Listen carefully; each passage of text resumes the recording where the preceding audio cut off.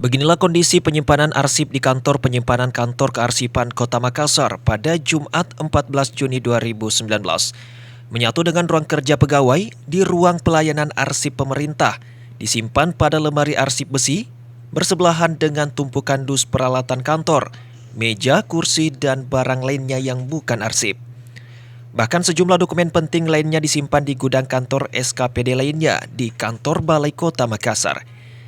Terkait hal itu, Kepala Kearsipan Kota Makassar, Basri Rahman menyebutkan akan membangun gedung penyimpanan arsip yang tidak hanya berfungsi sebagai ruang penyimpanan dokumen pemerintah, melainkan juga menjaga keawetan berkas yang sudah memiliki nilai jual tinggi. Saya pikir untuk lebih berdaya gunanya kearsipan, dinas kearsipan, tentu paling tidak harus dilengkapi dengan penyimpanan atau depo yang memenuhi standar. Sehingga seluruh arsip-arsip yang memang memerlukan perlakuan untuk kelestariannya itu bisa dilaksanakan oleh dinas kearsipan. Pembangunan depo atau gudang arsip sudah dianggarkan pada APBD Pokok tahun ini. Adapun lokasi pembangunan gudang masih dibahas.